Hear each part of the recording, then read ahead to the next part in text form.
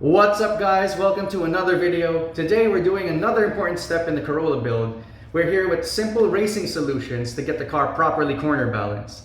We'll talk to DJ from Simple Racing Solutions later on about why this process is so important, why professional race teams, even amateur race teams, rely on this process to make sure that their car's suspension is properly balanced. The basic principle that I know is that this process makes sure that your car turns left and right evenly.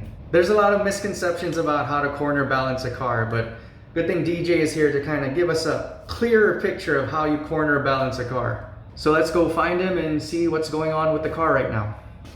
So we're actually here in JMSI. It's here in Regalado, Fairview.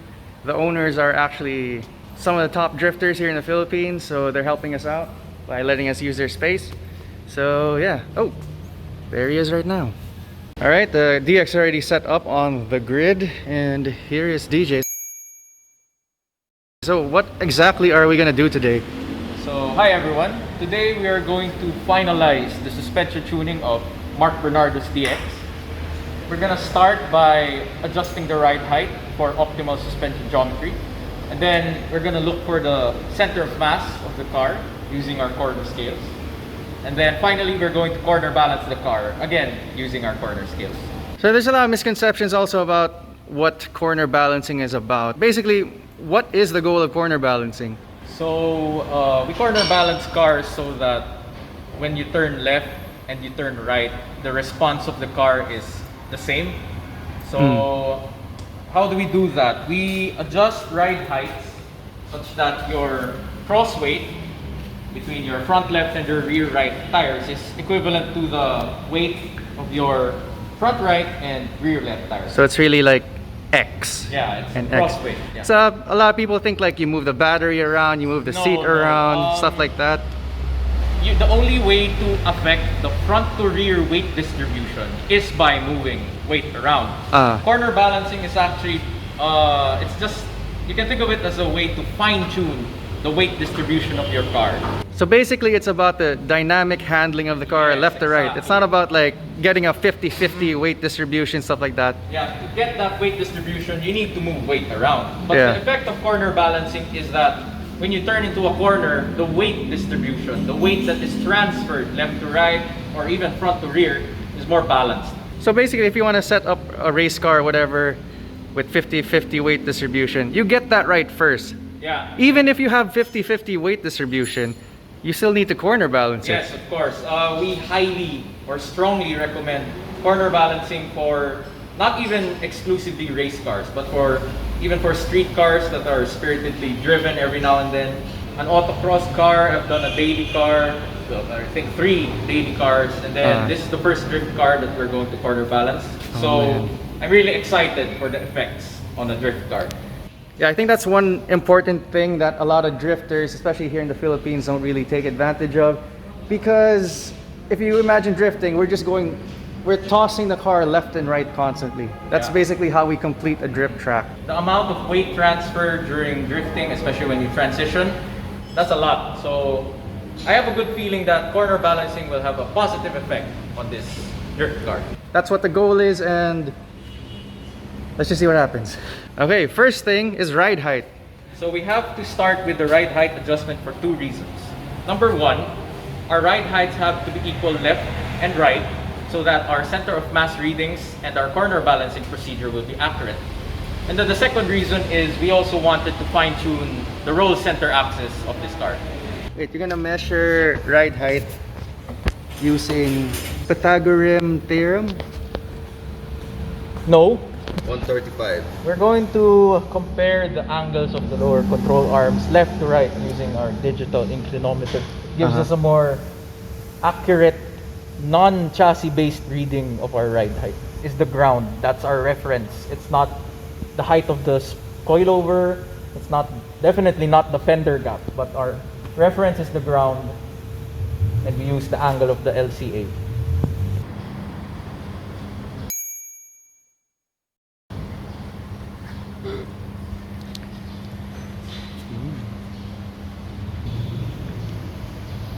We're getting the wheelbase of the car using our grid. So as you can see, this is a set of squares which are accurately measured, 20 centimeters all around per side.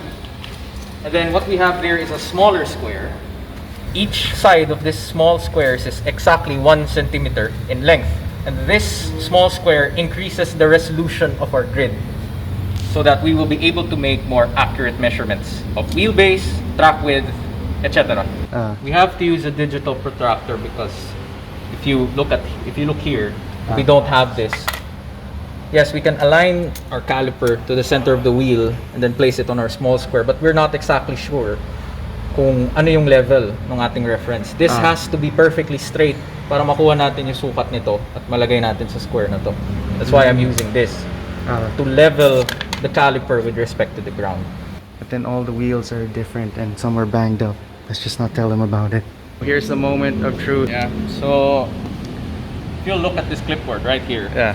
it's a mixture of bad news and good news. Again, before we even start to explain this, let me remind everyone that this is a resto mode car. We shoehorned Skyline and Sylvia under chassis parts on a KE70. So considering that, actually, I think we did a pretty good job. The front left tire is a bit more outward. It's 40 millimeters off from the right tire. Your total front track is 1,620 millimeters. The rear which we didn't really modify. Yeah, we didn't touch the rear. Yeah, the rear is a bit bad. So the distance of your rear left tire from the center line is 825 mm, but the distance of the rear right tire is only 760. That's 65 mm difference, 6.5 cm. That's around 2.5 inches. So it's 2.5 inches off. Yeah. Now if you look at the wheelbase, and that's the distance Front to rear? front to rear, Yeah. Left side? Left side is 2405 mm. And the right side? 2395. So it's not really that bad. Yeah, it's not really that bad. It's really the wheelbase that's... So it's really, it just moved. It's not like going like this or anything. It's not crab walking. The subframes are aligned front to rear or along the center line, but they're just a bit off center. Alright. Well, that's the way the cookie crumbles. Alright, so right now we're getting closer to actually finding the center of mass of the car. We're just gonna jack it up, put the corner scales underneath the tires, and then DJ will do his computation, calculation, voodoo magic, whatever, to find the center of mass.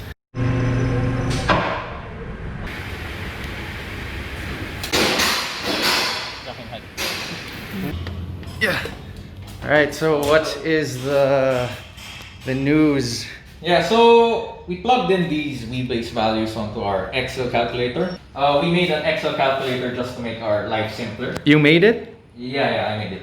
As you may have seen previously, we jacked up one of the axles of the car, in this case the front. Yep. That's because when we lift one of the axles, we're actually transferring weight. That amount of weight is what we plug in into the formulas to get the center of mass location. And you invented these formulas? No, I just derived it. I didn't invent it.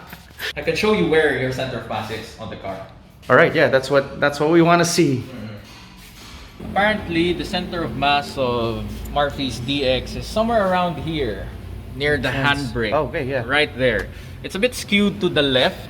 Driver's side. Driver's side. We're not really sure why, but it's not that far off center. And as you'll notice, it's pretty close to the shifter. Yeah. In our experience, usually the center of mass of even race cars or consumer cars, they usually lie around this area in the center console. All right, yeah. So I think our readings are accurate enough. So compared to other cars, this is not weird. Yeah. Is that good news? Yeah, that's good news. All right, Actually, yeah, awesome. your center of mass is pretty low. It's around here. I've seen other race cars whose center of mass is somewhere here. It's a bit more above. Yours is actually, the exact number is, I think, 340 millimeters from the ground. So 340 mm. yeah, it's a bit low. You could plug that into your roll center axis, data, etc. And we'll do that off camera. Okay. All right, we've gotten as much extra data as we could. And now we are actually going to start corner balancing the car. Okay, so another part of corner balancing is disconnecting the sway bars. I guess so one side doesn't affect the other. So that is what we are gonna do now. Up. The next step is to disconnect all your anti-roll bars or sway bars. That's because we have to adjust your heights individually. So they need to be disconnected. Alright. That was just a more technical way to say what, I just said.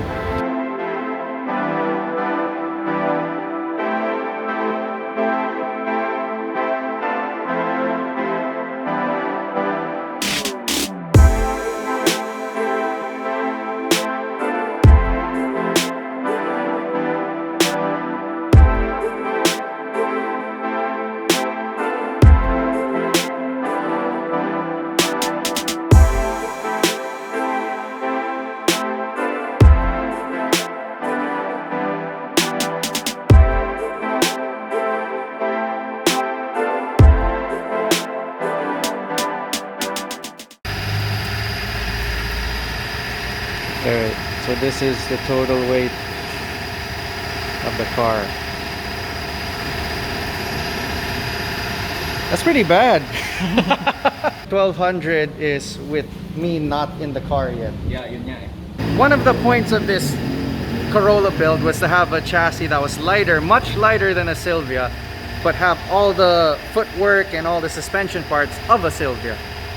So right now it looks like we're actually heavier than a stripped out Silvia. Now I'm gonna get in the car for corner balancing purposes because we don't have weights lying around that weigh the same as me. So here we go. Yeah. What's the weight with me in the car? 1,312. That's like 100 kilos added. Some 100 kilos? Well, the scales don't exactly lie. That's the whole point of this thing. Run it again. Yeah, the whole purpose of today was to, figure out what this car is all about, just to get more data on it, to understand it better. So now we're actually getting hard data, numbers that we can use to see, either to see if we can take it further or if, it's not really worth spending a bunch more money to make it better. So this is, for me, necessary in figuring out what the next steps of this build will be. So while I was sitting in the car, DJ was out there adjusting each coilover to get that equal cross weight that we were talking about earlier. So adjust coilover, check the reading on the corner scale screen, and then go from there. Seems easy, but just adjusting the heights to get that equal cross weight is hard in itself. But to do it with the least amount of adjustments possible, which was DJ's goal, that's where skill, experience, know-how, and where the real magic happens. This was our target masses, or target weights per corner. And to get the 50% cross weight, we're right about here. The differences is just half a kilo per corner, and our final cross weight is 49.94. Right. Whatever. It's pretty much 50. The thing with these corner scales is that the weights are so sensitive. You can see it right now, they're changing, but the car is standing still. Yep. That's the challenge, or rather one of the challenges with corner balancing. It's called repeatability. Yeah. It's hard to repeat the results that you got like an adjustment earlier. Yeah. So this value, 49.9, that's pretty much as close as we can get. These target masses, they guide us towards which corners to. Alright, this is the thing you made. Yeah, this entire Excel. Alright. And this is the actual result. Yeah. 49.9%. And then front, 53. What's the rear? 46. Yeah. 50 plus 46. Okay. So we are now at pretty much 50% cross weight. Yeah. And we started with 44%. 44%. And then Okay. I think the ride height change in total was 5 mm per corner. That's what we played with. So that small of an adjustment is enough to really balance the car. I'm excited for the test drive. Alright, we're just gonna lock the coilovers again, put the sway bars back on, and then I guess take it for a test drive just to see if there are any initial differences that we can feel in traffic.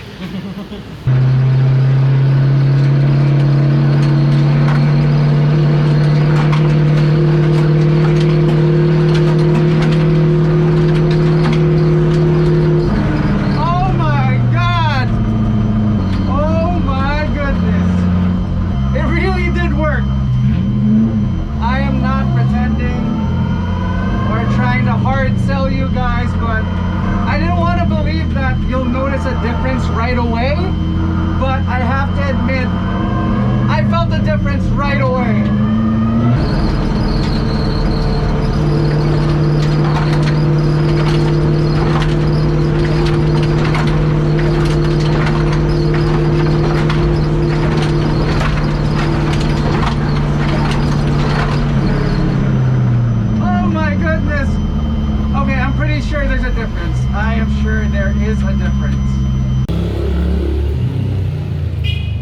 We'll stop. Was there any effect? Well, honestly, I didn't want to believe What? all the stuff you said about people feeling it right away. Oh, what? Okay. But Gago, I felt it right away. As in, it was so, yes! like, it was so crazy. Sin ang layo. Yeah. What happens is you don't know How bad it is. how until bad it's it is fixed. until you fix it. Yeah. Maybe because I really know the car. I've taken it to the limit so many times, so I know what it's supposed to feel like. Or maybe it's a really crappy car to begin with. Yun naman. But yeah, I didn't want to believe that I would feel something so drastic right away. Maybe, you know, I'd feel like, oh, okay, it's a bit better, I guess. It felt like I was driving a different car. Yes. Seriously, it felt like a different car. Because slaloming around, I've done that for fun in safe environments. And you know, the car turns differently left and right, but you know, it's kind of a thing where you just accept it. Like that's how it is. And ever since it's been like that. Yeah. So it freaking worked. Yeah. I'm really looking forward to the actual drift session next week. I didn't know the difference would be that big. Yeah. And as I was explaining in the GoPro video, I don't know if you guys heard what I was saying, but it's unbelievable, and I'm not hard selling this corner balancing whatever stuff because I felt it right away. Like I was surprised. So yeah, that stuff was crazy. Okay, so after doing the dyno plus this corner balancing stuff, when I was driving the car, it just felt like it reached a different level. Finally the engine was super smooth throughout the rev range, and just how it was being tossed around and how it was still gripping, how it actually felt balanced for once. Like I guess this is what balance feels like with this car. Like I never experienced it before, so now I really do feel like the car has leveled up. Only one thing left to do, and that's to test it on Yeah. R33. We gotta really test it now, and I think it's gonna feel real good. So this is like one of those stages where just the time and effort that you put into the build, where it all kind of comes together and makes you feel good. Like at some point it was worth it. Yeah. It all pays off in the end. Yeah. All right, we're back at the shop. Just dropped off the car. I think the next episode will actually be testing the improvements, testing the car. So watch out for that. But anyway, thanks for watching and see you on the next one.